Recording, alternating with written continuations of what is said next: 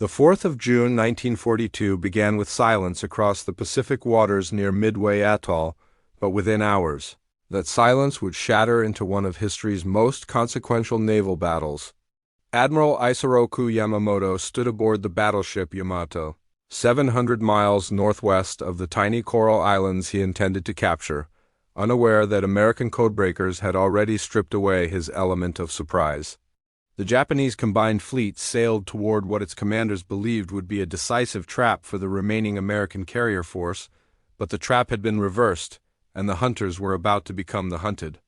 Vice Admiral Kiichi Nagamo commanded the carrier strike force, the same 4 flat tops that had devastated Pearl Harbor 6 months earlier. Akagi, Kaga, Soryu, and Hiryu. His pilots had honed their skills through years of warfare in China and the opening months of the Pacific conflict. They represented the finest naval aviation force the world had ever seen, veterans who could place bombs within meters of their targets even in heavy seas. Nagamo's confidence reflected the entire Japanese naval establishment's certainty that American carriers, if they appeared at all, would arrive too late and in insufficient numbers to matter. The intelligence failure that doomed Nagamo's force had begun weeks earlier in the communications rooms of the Imperial Japanese Navy. Commander Joseph Rochefort and his team at Station Heipo in Pearl Harbor had been painstakingly breaking Japanese naval code J-25, piecing together fragments of encrypted messages that revealed a massive operation planned for early June, according to declassified naval intelligence documents from the National Security Agency archives. The breakthrough came when Rochefort's team identified the target designated AF through a clever ruse involving Midway broadcasting a false message about water supply problems. When Japanese communications soon mentioned that AF was short of fresh water, the Americans knew with certainty where Yamamoto would strike. Admiral Chester Nimitz, Commander-in-Chief of the Pacific Fleet, made the boldest decision of his career based on Rochefort's intelligence. He would commit his 3 available carriers, Enterprise, Hornet, and the hastily repaired Yorktown, to an ambush northeast of Midway. The Americans would have numerical inferiority in nearly every category: fewer carriers, fewer aircraft, fewer experienced pilots. But they would have position, surprise, and most critically, they would know exactly where their enemy was while the Japanese sailed blind to American strength and location. Nagamo's orders reflected the divided attention that would prove fatal. He was to neutralize Midway's air defenses, support an amphibious landing, and engage any American naval forces that appeared, all with 4 carriers and their escorts. Japanese war planning assumed American carriers would sortie from Pearl Harbor only after Midway came under attack, giving Nagamo time to recover his strike aircraft, rearm them for ship attack, and then destroy the American flat tops at leisure. This assumption, built on underestimating American codebreaking capabilities and overestimating their own operational security, would cost the Kido Butai everything in the span of 5 catastrophic minutes. The Japanese strike wave launched at 4:30 in the morning, 108 aircraft lifting from the carrier decks into the pre-dawn darkness. Lieutenant Joichi Tominaga led the bombers and fighters toward Midway, their engines droning across the empty ocean. Nagamo kept half his aircraft aboard, armed with torpedoes and armor-piercing bombs for attacking ships, the reserve force that would theoretically destroy any American carriers foolish enough to appear. His doctrine emphasized flexibility, the ability to shift between land and sea attack depending on circumstances, but this very flexibility contained the seeds of disaster when time became the enemy. Radar stations on Midway detected the incoming Japanese formation at 5:30, giving the atoll's defenders precious minutes to scramble every available aircraft. The Marine pilots flying obsolete Brewster Buffaloes and Grumman Wildcats rose to meet the attackers, outclassed in equipment and experience but determined to sell their lives dearly. The Japanese fighters tore through the American defenders with practiced efficiency, but the delay and resistance meant Tominaga's bombers couldn't achieve complete surprise. Anti-aircraft fire greeted them over the islands, and while they inflicted significant damage on ground installations, Tominaga radioed back at 7 o'clock that a second strike would be necessary to fully neutralize Midway's defenses. Nagamo faced his first critical decision. The reserve strike force sat on his hangar decks armed for naval combat, but no American ships had been reported. Tomonaga's message suggested the logical course: rearm the reserve aircraft with land bombs and launch a second Midway strike. At 7:15, Nagamo gave the order to swap weapons, and hundreds of sailors began the laborious process of lowering torpedoes and armor-piercing bombs into the magazines while bringing up high-explosive bombs for land targets. The hangar decks became organized chaos, ordnance scattered about as crews worked with desperate speed. Then, at 7:28, the scout plane from the cruiser Tone reported what every Japanese commander dreaded: American ships to the northeast. The delayed launch of Tone's reconnaissance aircraft, which should have departed 30 minutes earlier due to catapult problems, meant this critical sighting came just as Nagamo had committed to rearming for a second Midway strike. The admiral's world suddenly became infinitely more complicated. Were these ships carriers? How many? What distance? The scout's initial report maddeningly lacked these crucial details. Nagamo hesitated, caught between incomplete information and the momentum of decisions already made. His first Midway strike would return soon, low on fuel, needing to land immediately. His decks remained cluttered with aircraft being rearmed, unable to launch quickly. At 7:45, the Tone scout finally reported a carrier in the American formation, transforming Nagamo's tactical problem into a strategic crisis. He needed to launch a strike against this American flat top immediately, but his reserve aircraft were still being rearmed, his first wave was approaching for recovery, and his decks couldn't do both simultaneously. The vice admiral made the decision that sealed his fate. He would recover the Midway strike first, then launch everything against the American carrier. It seemed logical. His pilots needed fuel, the Americans didn't yet know his position precisely, and a coordinated strike with full strength would be more effective than a hasty piecemeal attack. What Nagamo didn't know was that American dive bombers were already airborne and hunting his formation, that his position was known with frightening precision, and that the minutes he spent recovering aircraft were minutes he would never get back. The Japanese carriers turned into the wind to receive Tomonaga's returning bombers, while their hangar decks remained scenes of barely controlled pandemonium, torpedoes and bombs scattered about, fuel lines snaking across the floors, and hundreds of men working frantically to prepare for a strike that would never launch.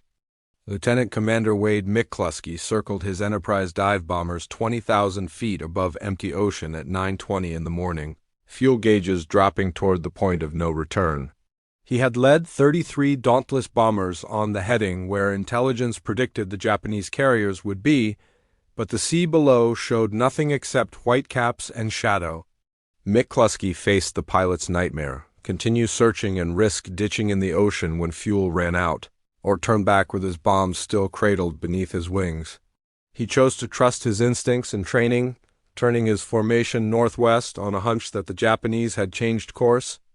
The other American strikes had already failed with devastating losses. Hornet's torpedo bombers attacked alone after becoming separated from their fighters and dive bombers, flying slow and low into a hurricane of anti-aircraft fire and Zero fighters. All 15 aircraft were shot down without scoring a single hit. Enterprise's torpedo squadron met the same fate, 14 of 14 aircraft destroyed. Yorktown's torpedo bombers pressed their attack with equal courage and equal futility, only 2 of 12 surviving. 41 torpedo bombers had attacked the Japanese carriers, and 41 had been shot down or forced to ditch. Not one torpedo found its target. The Japanese gunners and fighter pilots celebrated what appeared to be a comprehensive victory, destroying the American air groups piecemeal as they stumbled into battle without coordination. But the torpedo bomber sacrifice, though they didn't know it, had pulled the Japanese defenses down to sea level. Every Zero fighter was at low altitude, chasing torpedo planes and strafing survivors in the water. The anti-aircraft guns were trained on low targets. No one was watching the sky above. McCluskey's dive bombers remained invisible, high, and undetected, their presence unknown to the Japanese combat air patrol below. When McCluskey finally spotted a lone Japanese destroyer racing northeast at 9:55, trailing a white wake like an arrow on the ocean's surface, he knew instantly what it meant. The destroyer was hurrying to rejoin the main formation. He followed that wake like a roadmap to destiny.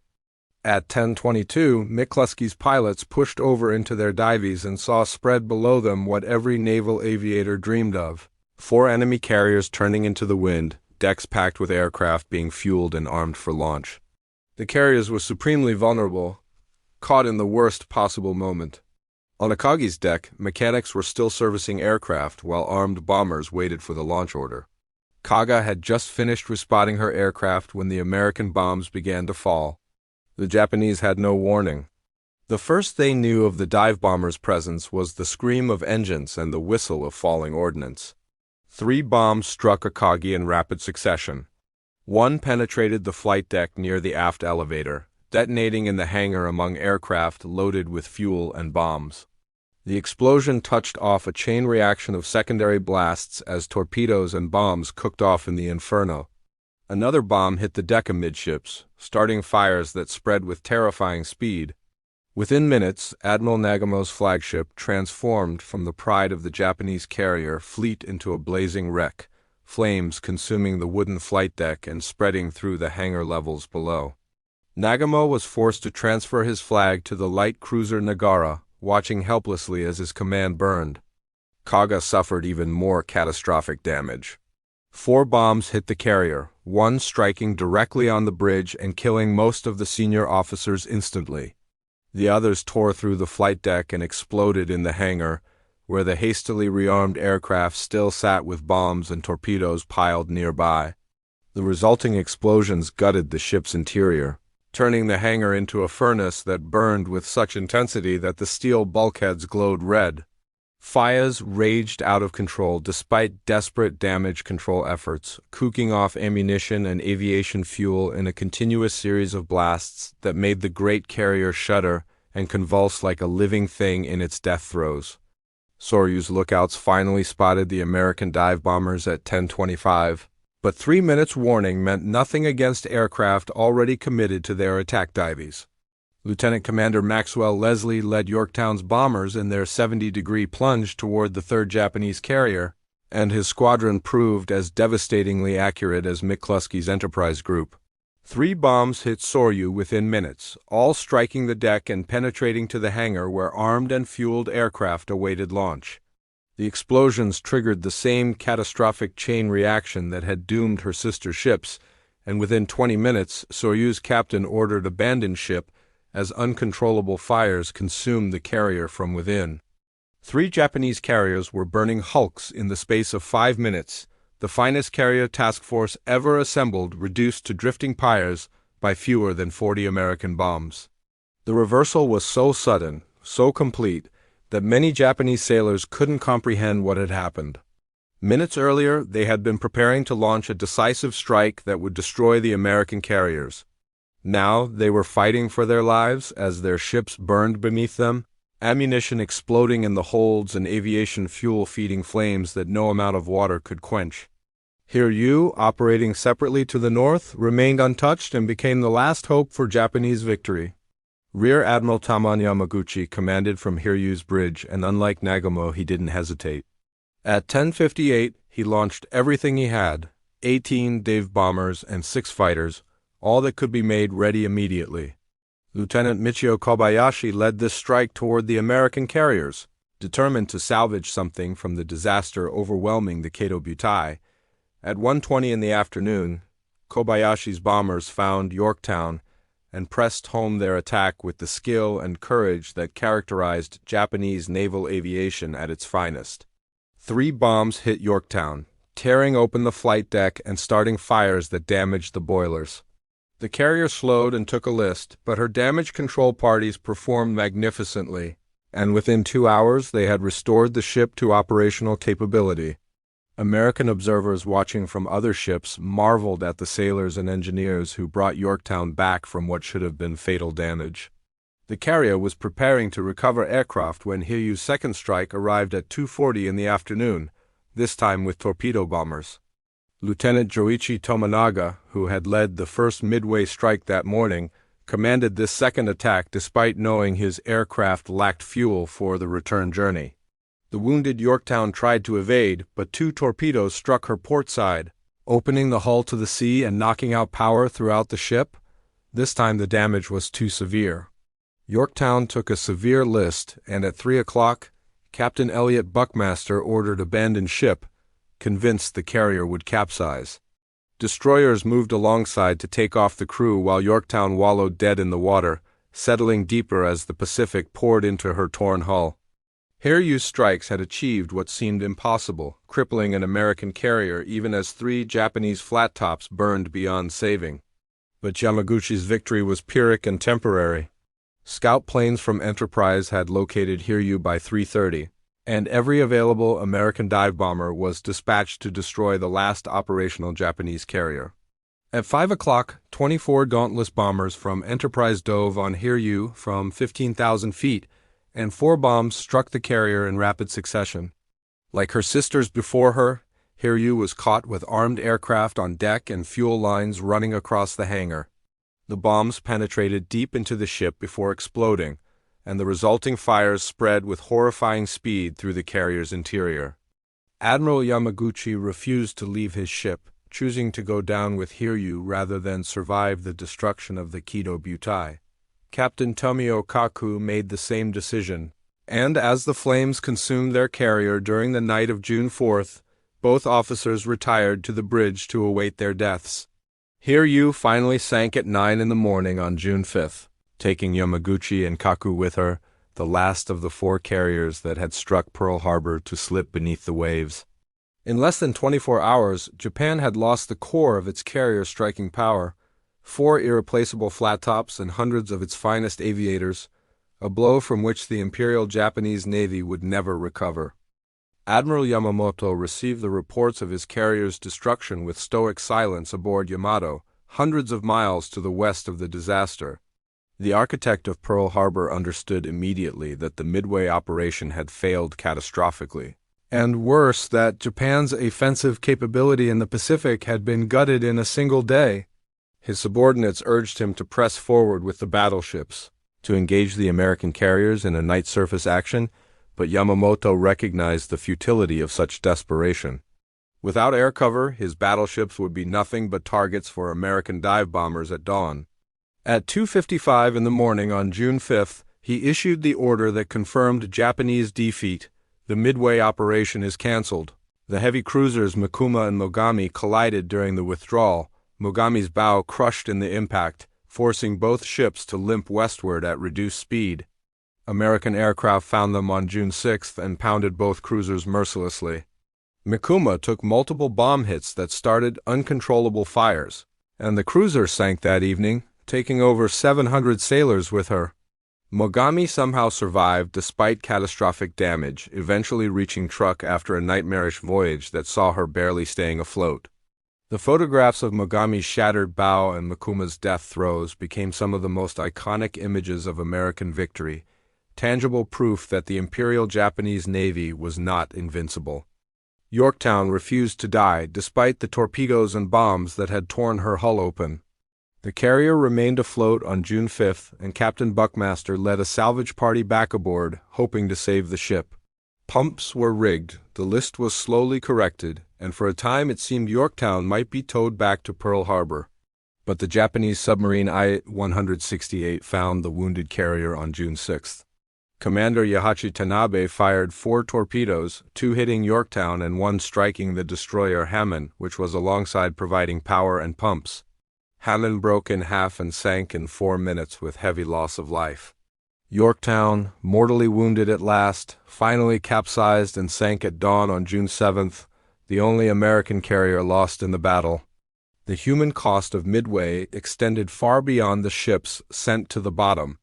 Japan lost approximately 3,000 men, including many of its most experienced carrier pilots and mechanics. These aviators represented years of training and combat experience that couldn't be replaced quickly. The Americans lost 307 men, heavy casualties certainly, but nothing approaching the Japanese losses in trained personnel. Every Japanese carrier pilot who died at Midway took with him thousands of hours of training and combat wisdom that Japan's aviation training programs couldn't replicate fast enough to matter in the brutal attritional warfare that would characterize the rest of the Pacific campaign. The intelligence failure that led to Midway's disaster had multiple causes, but they all traced back to Japanese overconfidence and American desperation breeding innovation. The Imperial Japanese Navy had assumed their codes were secure, that American code-breaking was primitive at best. They hadn't changed J-25 after the Coral Sea battle in May, despite that engagement suggesting the Americans had some ability to predict Japanese movements. The institutional arrogance that characterized much of Japan's military leadership prevented them from considering that their enemy might be reading their most secret communications with increasing fluency. Commander Rochefort's team at Station Hippo had worked 72-hour shifts in the weeks before Midway, pushing themselves to exhaustion to break enough of the Japanese code to give Admiral Nimitz actionable intelligence. According to research compiled in the Naval Institute press publication, "And I Was There" by Rear Admiral Edwin Layton, Nimitz's intelligence officer, the codebreakers provided information so specific that Nimitz knew not only where the Japanese would strike, but when they would arrive and in what strength.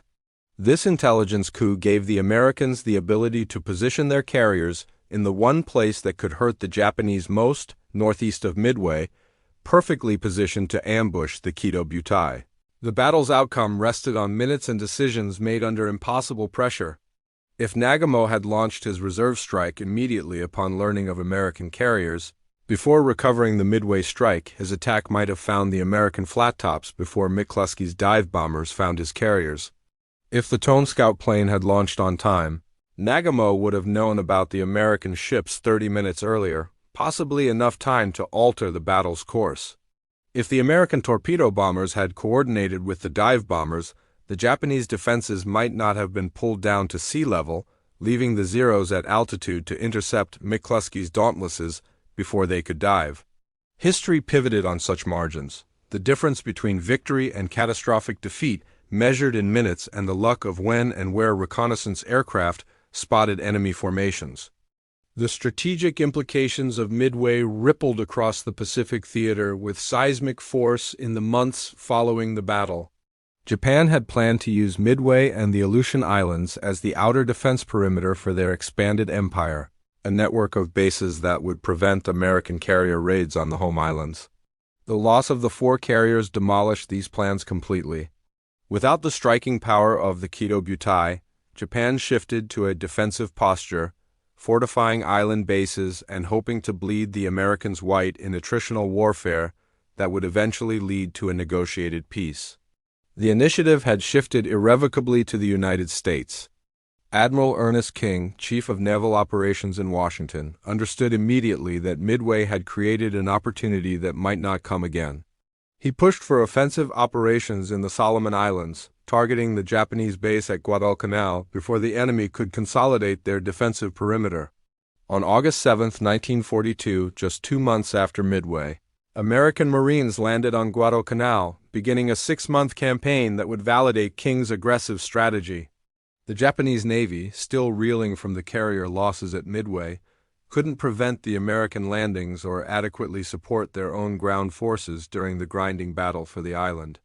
The aircraft carriers Enterprise and Saratoga, veterans of the Midway battle, found themselves immediately committed to supporting the Guadalcanal operation. The naval battles around Guadalcanal through the fall of 1942 proved as costly as Midway for both sides.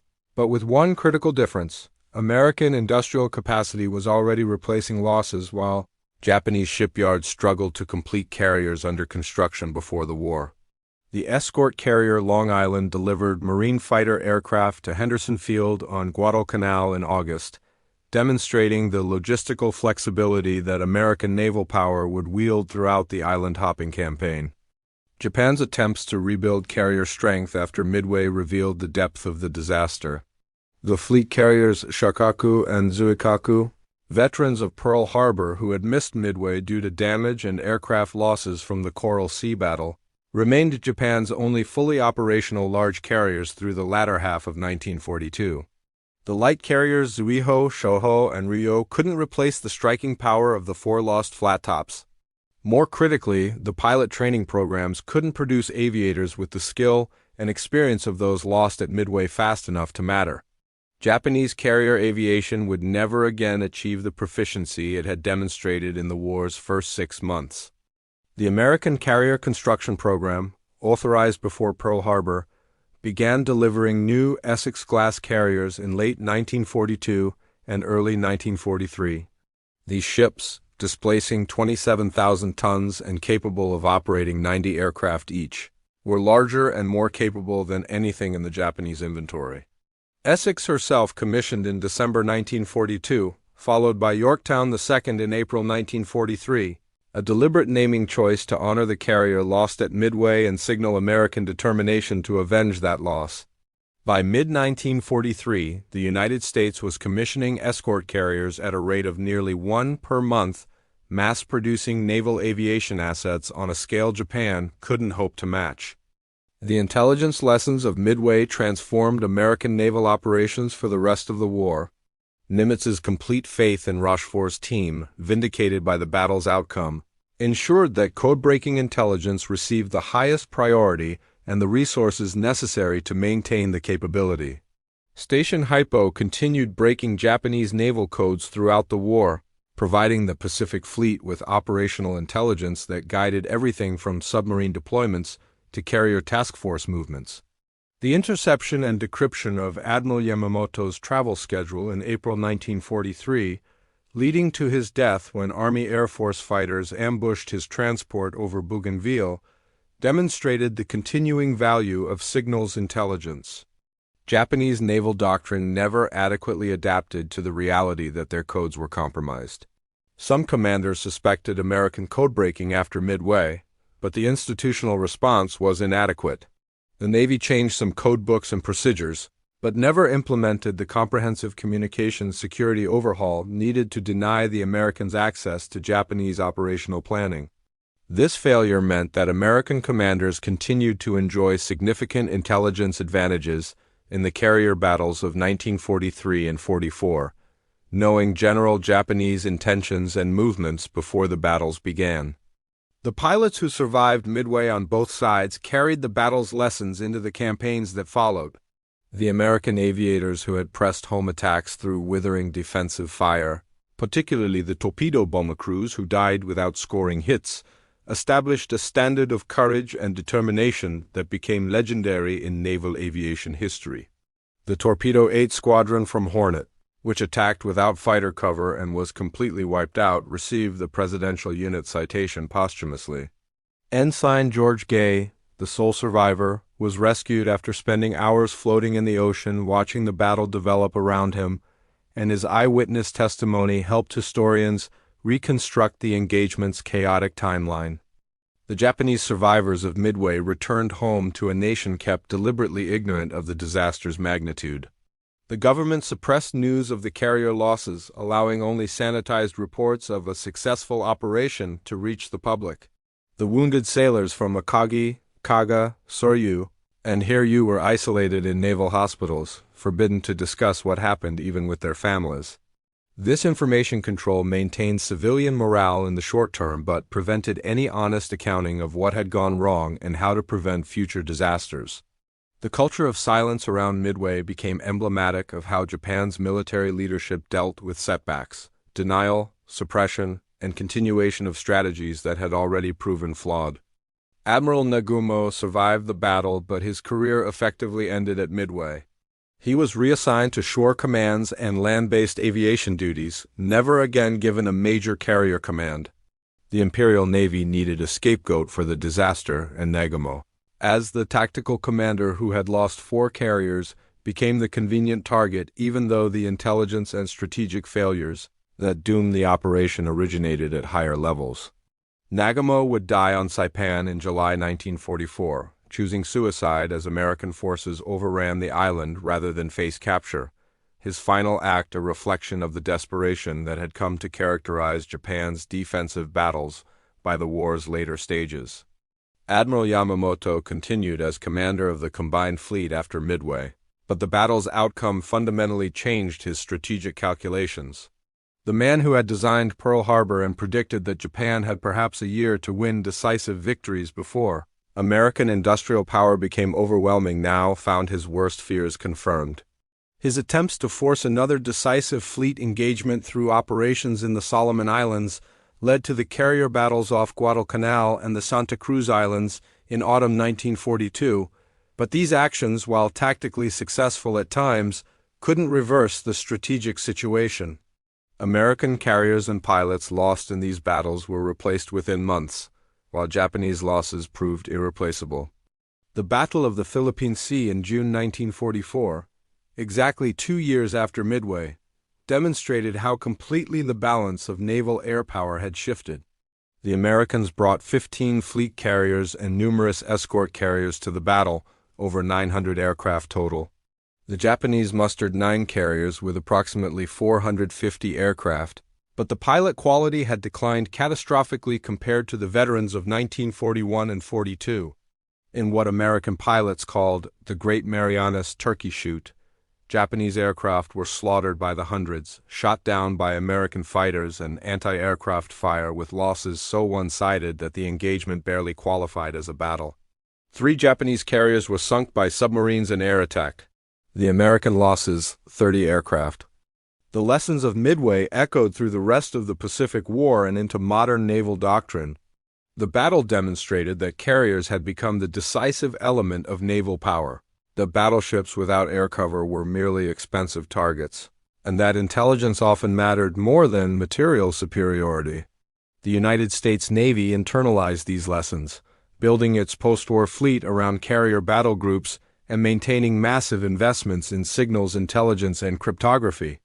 The National Security Agency traces its institutional lineage directly back to the codebreakers at Station Hypo who made Midway possible. Modern historians continued debating the battle's finer points, whether Nagumo's decisions were reasonable given the information he had, whether different American tactics might have achieved victory with fewer losses, whether Japan could have won if various contingencies had broken differently.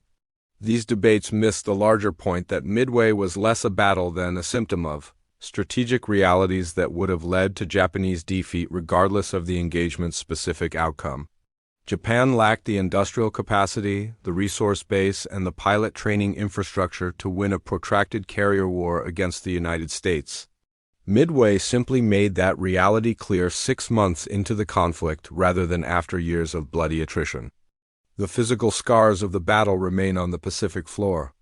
Akagi, Kaga, Soryu, Hiryu, and Yorktown rest in more than 3 miles of water, discovered by various expeditions using deep-sea submersibles in the decades since the war. The carriers' remains serve as memorials to the thousands who died in them, Japanese and American sailors who went down with their ships fighting with courage and determination in a battle neither side fully understood as it unfolded. The discovery of these wrecks and their final resting places has provided closure for families and nations, reminding subsequent generations that wars are fought by human beings who suffer and die in service of causes larger than themselves. The pilots, sailors, codebreakers, and commanders who fought at Midway shaped not just their own war but the trajectory of the Pacific region for generations. The battle marked the end of Japanese expansion and the beginning of American dominance in the Pacific, a dominance that persists into the 21st century. The modern naval presence of the United States in Asia, the alliance structures that define regional security, and the peaceful prosperity that most Pacific nations have enjoyed since 1945 all trace their origins in part to those 5 minutes on June 4, 1942, when American dive bombers caught 4 Japanese carriers with their aircraft on deck and their defenses looking the wrong direction.